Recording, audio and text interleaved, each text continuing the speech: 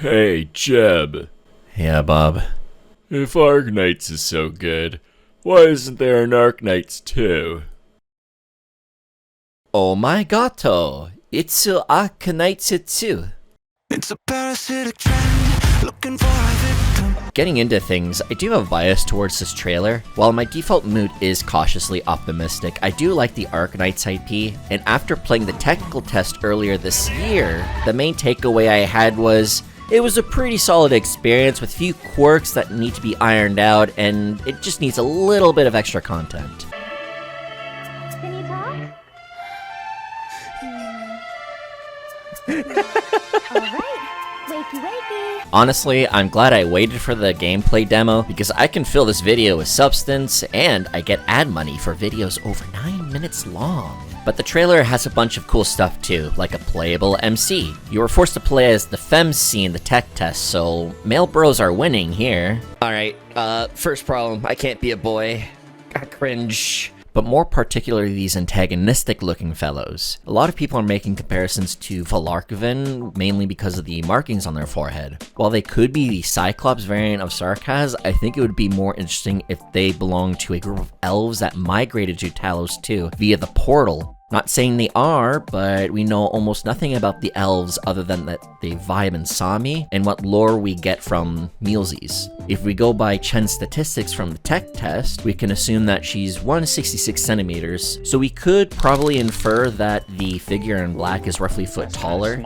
Mealsies is about 169, so maybe the black figure is too tall to be an elf, but again, we don't have much to go off of. Maybe Mealsies is just short. I'd also buy into the logic that the obelisk figure she spawns is some form of sarcasm magic that involved the fetus ball, but I don't know, seems a bit boring. I like this roided out Dr. Octopus looking dude. Very cool in my opinion, especially when compared to the biblically accurate angel shown a little after. I honestly hope they bring back Cliff. Just a few more bodies for this place. No one would notice the difference. This guy! I'm pretty sure I saw some people have trouble fighting him, not knowing you could disrupt his charge by having him run to the towers when he rushes you. Didn't get a good look at how the newer boss mechanics worked out. In the tech test, bosses would use choreographed attacks for the most part. There was some downtime while waiting for the attack to finish, but it just worked. I did feel like I was getting into a good rhythm when fighting bosses, and I hope that energy is maintained in the beta test. Not much else I want to add. Trailer here is mostly to hype up the beta test, but one thing I noticed was his enemy. It in the arena reminded me of the final boss from the tech test, Triagalos. The biggest difference being the color scheme of the boss and the arena being changed from a gray to a hellish red, which I think fits a lot better considering the area, Blight Zone, had a feeling it was tearing itself apart. A twisted and perilous realm of chaos. We must be cautious. Things will be even more dangerous as we approach the anchor. Nice. This change works, I like it. This is also a good segue into the gameplay trailer, since we see a lot more of the environments there. If I had a complaint about the tech test, it was the lack of environmental diversity. Out of the 5, the Quarry and the Blight Zone were the most unique to me. Valley Pass and Originium Research Part felt more like an extension of the Beginning Zone, aptly named Hub Base. Hub Base is Hub Base, essentially a valley with a few buildings here and there. If I were to compare it to anything, it would be Dantooine from KOTOR. The gameplay demo gives off more of a Death Stranding vibe, which is more fitting in my opinion. You get the feeling that the colonies on Talos 2 are far from being proper cities, but have been around long enough to be self-sufficient, as opposed to the tech test, where it felt like the few scattered settlements are just holding on. My only concern is that I would like to see a setting with environmental hazards like Blight Zone or the few segments of the research part. Getting rid of them may open up new places for us to explore. I am mostly referencing the original gameplay demo where it showed some platforming to avoid a pulse, but I do have faith in the devs. I will let them cook. I also did not expect the space station. My suspicion is this will be the main base of operations, and the AICs on the planet will act as FOBs that will let us gather resources for that area. I am led to believe this because we see operators operating here. Finally, Base 3.0 was so good they skipped Base 2.0 entirely. My only curiosity is if it will serve an aesthetic function as much as a utilitarian one. Would we be able to decorate it to some extent? I noticed Perlica's bike is here, so maybe we can adjust what's displayed in the open. Also, Hong Shen kinda slaps.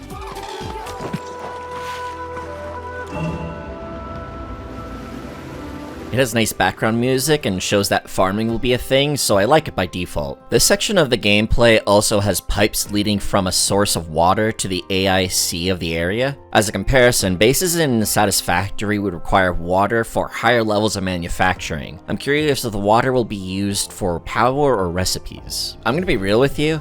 I don't really want to go in depth about the bases. My only gripe with them in the tech demo was there weren't a lot of tiers for the AIC, and the amount of recipes were small. This was especially painful because I remember one recipe produced a byproduct of like 10 yellow powder. I even wrote down in my notes, output of yellow powder is too high. So don't take my word for it. Trust past me from a year ago. I don't even trust future me. Why should I trust past me? Another problem was the production cap. You could only have 10,000 of each item stored at the AIC. Obviously, they have added a lot to the base, as evident by the newest gameplay trailer, but I have this problem where I'm illiterate, so I cannot read anything that's on screen and provide insight. What I do want to add is that the devs seem to have increased the number of structures that could be placed outside the AIC. In the tech test, it was restricted to power towers, mines, and zip lines. There were also structures that healed you and increased SP for skills, but I didn't find much use for them, especially when the number of structures that could be placed were severely limited to the abysmal energy you had access to. I remember having access to at most 500. If I got more and I just didn't remember, the number didn't go up by much. And this was after doing all the side stuff to increase the power cap. Yeah, the power cap displayed in the gameplay demo was increased by ×10, which is huge. Also good, because we seem to have access to different defense towers. You can take arknights out of the tower defense, but you can't take the tower defense out of arknights. Unfathomably based, especially when they seem to be decently helpful in combat.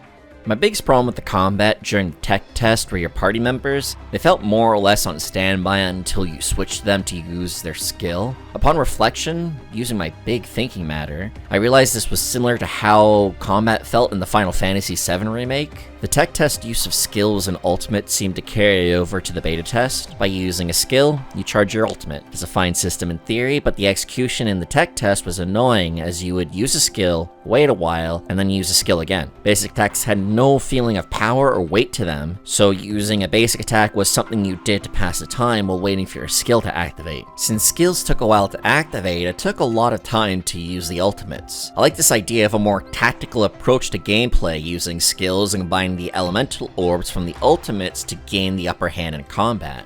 Yeah, most ultimates had elements assigned to them and could generate orbs that fused together, so you could have different reactions based on what ultimates you used. But it was long. That's why I liked using Angelita and partly why I liked using Aviwena. You actually gazed right back at me. Very nice. Hope this trend continues.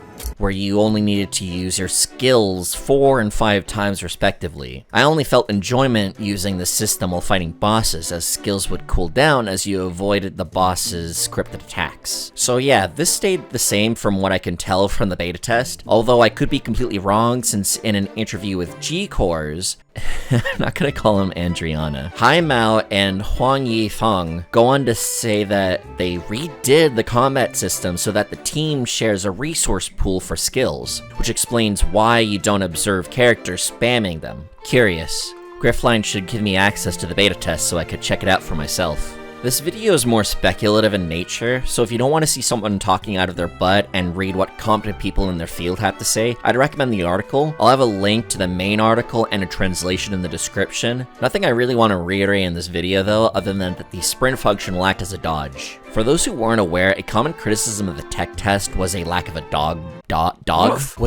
dodge function. I think this spawned from my boy Cliff, because skill issue, but this could be a good compromise. I only felt cheated when projectiles from enemies homed in on you, so using a limited resource like sprint could help maintain a tactical feel the devs want to preserve. We also got a look at the new menu UI. It was serviceable before, but the new one showed is much more vibrant. Switching tabs for a character has them do a little gesture, which pumps a lot of life into them. Hot take, despite Shai-Hee's design being peak, I got her last in the tech test, so I wasn't able to use her a lot, and she just felt kind of there. Really a shame since her lore seemed cool. Before you save the world, you have to study it. Ever heard this claim before? Have faith in my knowledge-based instincts. That location way over there warrants our attention. The animations for not just her, but all the characters shown make them feel livelier. I will miss them just pointing at the player though. I'm getting some decent progress in my research. Alright, she's kinda cute. I'll admit. Point. It was funny for what it was, but alas, all good things must come to an end.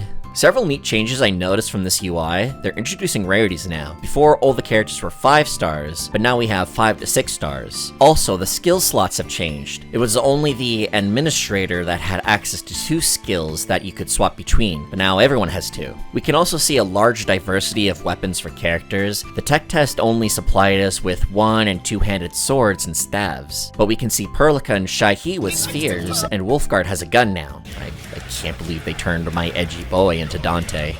Can't comment much more on the UI though. Same reason why I don't want to theorize about the AIC content. Can't read. Let's wrap this up, which should be soon. Thankfully, we have a bunch of characters that have been announced. The original roster for the tech test included female administrator, Perlica, Wolfguard, Chen, not that one, Amber, Shai-Hee, and Aviwena. Greetings, Administrator. I knew I'd find you here. Fjall is the only one to not make it to the beta test. Predictable. He was only in the story for like, what, 5 minutes? You could say he fell from grace.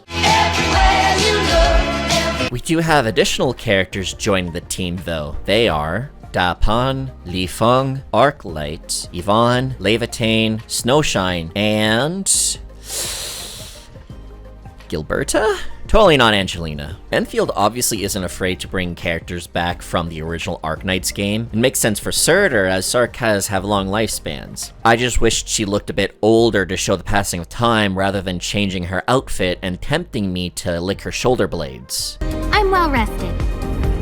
Let's keep going. I guess that's what an old ice cream diet does to you. Angelina's case was most likely some form of cloning preservation program known as the Heterocore Project. This is how the devs excuse her being present 500 years in the future and oripathy free. Not sure why the name Gilberta though. It might be a code name, as this entity differs from the Angelina. Fucking Angelina. This might also be the case for Snowshine, who looks and dresses similarly to Aurora, although Snowshine could just be a descendant, much how Chen is the descendant of Chen.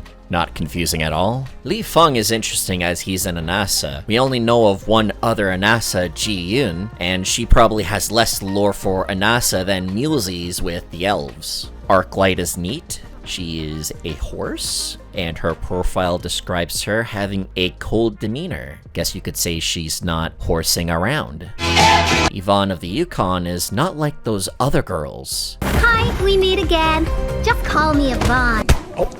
Try me, bitch. We will watch her future fan arts with great interest. That pun is great though. If he doesn't wear the walk on his back as a hat, I riot. And that's about it. I'm not a game dev or anything, I just have a strong passion for Arknights. If you're interested, I'll have a link to the beta test in the description. I don't know, shoot your shots. Maybe you could be playing the beta test. Alright, that's enough for now. More videos to come. Like and subscribe. Follow me on Twitter and Blue Sky, and give me money.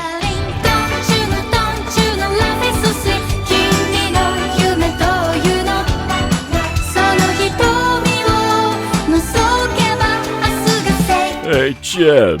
Yeah, Bob. If Arknights 2's so good, why isn't there an Fuck.